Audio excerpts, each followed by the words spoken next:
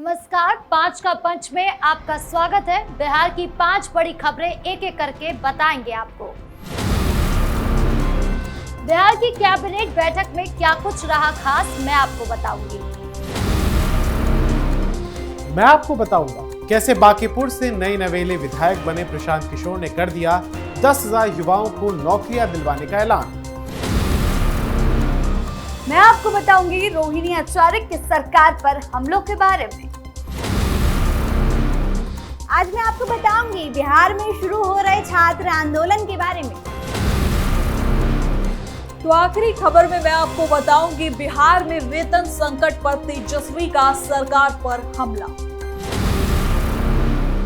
खबरों में सबसे पहले बात पटना की, जहां मुख्यमंत्री सम्राट चौधरी की अध्यक्षता में कैबिनेट की बहुत अहम बैठक हुई। मुख्य सचिवालय में मंत्रिमंडल कक्ष में सभी मंत्री और वरिष्ठ अधिकारी सुबह से ही जुटे हुए थे।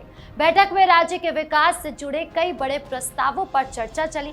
बैठक खत्म होने के बाद शाम को ब्रीफिंग भी हुई, जिसमें सरकार के फैसले की पूरी जानकारी मीडिया को दी गई।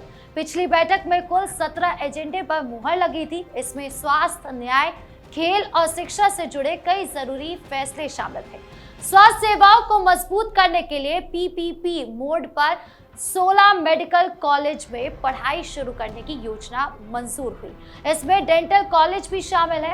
इन कॉलेज के अच्छे संचालन के लिए PWUC को सलाहकार नियुक्त करने का फैसला भी लिया गया।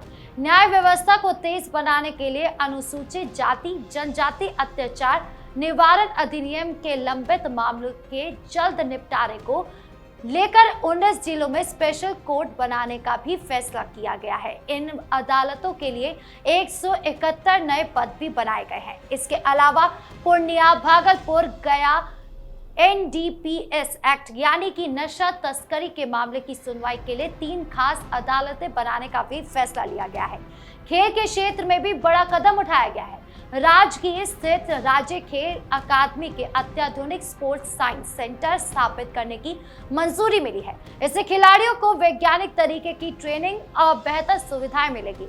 शिक्षा के मोर्चे पर पूर्वी चंपारण के पीपरा कोठी में केंद्रीय विद्यालय के लिए 30 साल की लीज पर सरकारी जमीन देने का फैसला भी शामिल है। आज की बैठक में भी विभिन्न विभागों के नए प्रस्तावों पर चर्चा हुई। कई बड़े फैसले पर मुहर लगने की उम्मीद जताई जा रही है। बिहार सरकार विकास, स्वास्थ्य, न्याय और शिक्षा के हर मोर्चे पर लगातार काम कर रही है। अब सबकी नजर इस बात पर है कि इन फैसलों का जमीन पर कितना असर दिखता है और आम लोगों को कितना सीधा फायदा पहुंचता है। 3 अगस्त को बिहार के बांकीपुर में उपचुनाव के नतीजे आए और बीजेपी के राष्ट्रीय अध्यक्ष के गढ़ में पहली बार चुनाव लड़ने वाले प्रशांत किशोर ने बाजी मार ली, और वो भी अच्छे खासे मार्जिन के साथ। 19,000 से ज्यादा वोटों से प्रशांत किशोर ने बीजेपी उम्मीदवार को मात दे दी। ऐसे में भले ही अभी प्रशांत किशोर विधानसभा नहीं पहुंचे, लेकिन उपचुनाव में जीत के बाद उन्होंने घोषणा की है कि वो अगले 1-2 साल में कम से कम 10,000 युवाओं को निजी क्षेत्र, कंपनियों और फैक्ट्रीज में नौकरियां दिलवाएंगे। उन्होंने स्पष्ट किया है कि यह सरकारी नौकरी नहीं होगी, बल्कि वो अपने निजी संपर्कों के जरिए युवाओं को रोजगार से जोड़ेंगे।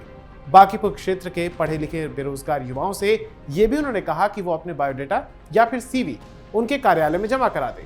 प्रशांत किशोर ने कहा कि वो सरकारी नौकरी देने का वादा नहीं करते हैं, क्योंकि वो उनके अधिकार क्षेत्र से बाहर आता है। उनका ये कहना है कि देश भर में अपने व्यवसायिक और राजनीतिक संपर्कों के माध्यम से युवाओं को विभिन्न फैक्ट्रियों और कार्यालयों में समायोजित करने का प्रयास किया जाएगा। रोजगार के अलावा शिक्षा, 1100 रुपए मासिक पेंशन और अनाज की उपलब्धता को भी उनकी प्राथमिकताओं में शामिल किया गया है। बांकीपुर में धन्यवाद यात्रा के दौरान उन्होंने लोगों से ये भी कहा कि चुनाव जीतने के बाद वो कहीं गायब नहीं हुए थे, बल्कि लगातार लोगों के लिए काम कर रहे थे। सुनिए प्रशांत किशोर ने क्या कुछ कहा। करने आए हैं, आपका बाल बच्चा अगर पढ़ लिख गया है, बेरोजगार घूम रहा है, उसका बायोडाटा CV ला के हमारे ऑफिस में दीजिए। कम से कम 10,000 बच्चों को यहाँ से नौकरी लगवाने का व्यवस्था तुरंत करेंगे। आपके बच्चे अगर पढ़ लिख कर बेरोजगार बैठे हैं तो बढ़िया बायोडाटा जो उसने पढ़ाई लिखाई किया है वो बायोडाटा लाकर मेरे ऑफिस में भेजवाइए, और हम कोशिश करेंगे जो हमारे संपर्क के बड़े बड़े लोग हैं, सरकारी नौकरी नहीं मिलेगा लेकिन प्राइवेट नौकरी उसको बढ़िया मिल जाए जीने खाने का, इसका उपाय आपको बताकर जा रहे हैं। बायोडेटा सीवी बनाकर आपके बाल बच्चे अगर बेरोजगार बैठे हैं पढ़ लिख कर तो हमारे कार्यालय में भेजवाइए। बिहार विधानसभा में नेता प्रतिपक्ष तेजस्वी यादव ने सीएम सम्राट चौधरी सरकार पर भ्रष्टाचार और घोटालों का आरोप लगाया था। अब उनकी बहन रोहिणी आचार्य ने भी आरोप मढ़ दिए हैं। रोहिणी ने सम्राट सरकार पर डस्टबिन घोटाले का आरोप लगाया। रोहिणी ने सोशल मीडिया पोस्ट के जरिए निशाना साधा है। पोस्ट में लिखा है, सम्राट सरकार का एक और झोल, डस्टबिन भी हुआ अनमोल। उन्होंने आगे लिखा, बिहार में डस्टबिन भी वीवीआईपी हो गया है। जिस डस्टबिन की कीमत 1500 रुपए बताई जा रही है उसे 15,000 रुपए में खरीदा गया है। यानी कूड़ादान छोटा लेकिन बिल 10 गुना बड़ा।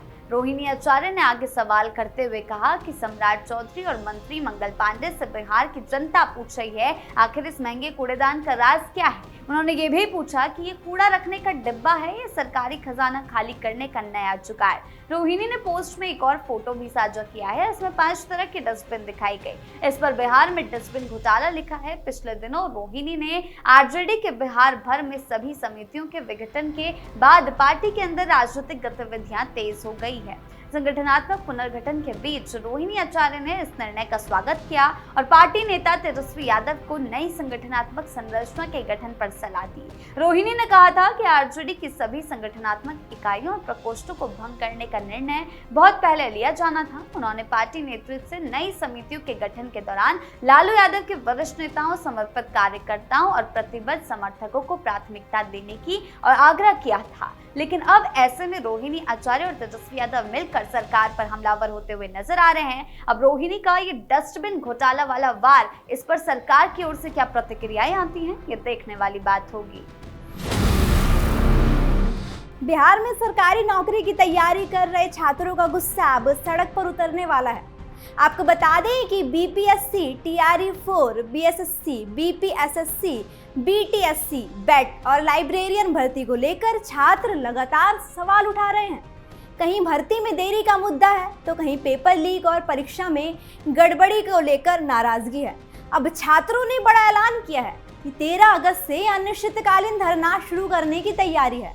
आपको बता दें कि छात्र नेता सौरभ ने इस आंदोलन का ऐलान किया है। छात्रों से बड़ी संख्या में एकजुट होने की अपील की गई है। यानी बिहार में नौकरी की तैयारी कर रहे युवाओं का गुस्सा अब आंदोलन में बदलता दिख रहा है। छात्रों की मांग क्या है, किन भर्तियों को लेकर सबसे ज्यादा नाराजगी है और 13 अगस्त का ये आंदोलन कितना बड़ा होने वाला है। दिल्ली के जंतर मंतर से लेकर झारखंड की राजधानी रांची तक छात्रों के प्रदर्शन के बाद अब बिहार में भी छात्रों का गुस्सा सड़क पर उतरने जा रहा है। यानी भर्ती और रोजगार का मुद्दा अब कई राज्यों में युवाओं के बीच बड़ा सवाल बनता जा रहा है। बिहार में छात्रों की परेशानी अब सिर्फ एक भर्ती तक सीमित नहीं रह गई है। अलग अलग परीक्षाओं और भर्तियों को लेकर अभ्यर्थी अपनी मांग उठा रहे हैं। भर्ती में देरी हो, परीक्षा को लेकर असमंजस हो या पेपर लीक का मामला, छात्र अब हर मुद्दे पर जवाब चाहते हैं। और इसी को लेकर अब छात्रों ने 13 अगस्त से अनिश्चितकालीन धरने का ऐलान किया है। सवाल यह है कि आखिर छात्रों की सबसे बड़ी मांग क्या है और इस आंदोलन में कौन कौन से मुद्दे शामिल हैं। और अब देखना होगा कि 13 अगस्त को यह आंदोलन कितना बड़ा रूप लेता है और छात्रों की मांगों पर सरकार और संबंधित भर्ती आयोगों की तरफ से क्या कुछ जवाब आता है। फिलहाल इतना साफ है कि बिहार में नौकरी और भर्ती का मुद्दा एक बार फिर सड़क पर है और छात्रों की नजर अब सरकार के अगले कदम पर है। बिहार में सरकारी कर्मचारियों के वेतन और पेंशन को लेकर सियासत गर्मा गई है। नेता प्रतिपक्ष तेजस्वी यादव ने राज्य सरकार की वित्तीय स्थिति पर गंभीर सवाल उठाए हैं। उन्होंने दावा किया कि बिहार में सरकार के पास कर्मचारियों और पेंशन भोगियों को समय पर भुगतान करने के लिए पैसा नहीं है। तेजस्वी यादव ने कहा कि उन्हें खुद करीब 5 से 6 महीने तक वेतन नहीं मिला था। उन्होंने आरोप लगाया कि राज्य का खजाना लगभग खाली हो चुका है और इसी वजह से कई विभागों के कर्मचारी को समय पर वेतन नहीं मिल पा रहा।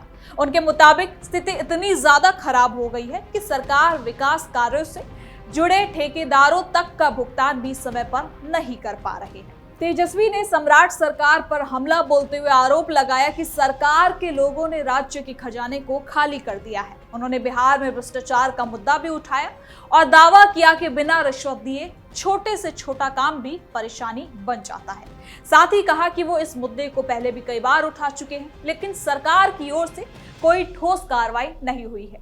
अब तेजस्वी ने यह भी कहा कि जब विधायकों और मंत्रियों तक को सैलरी मिलने में परेशानी की बात सामने आ रही है, तब उन्होंने इस मामले को सार्वजनिक तौर पर उठाया है।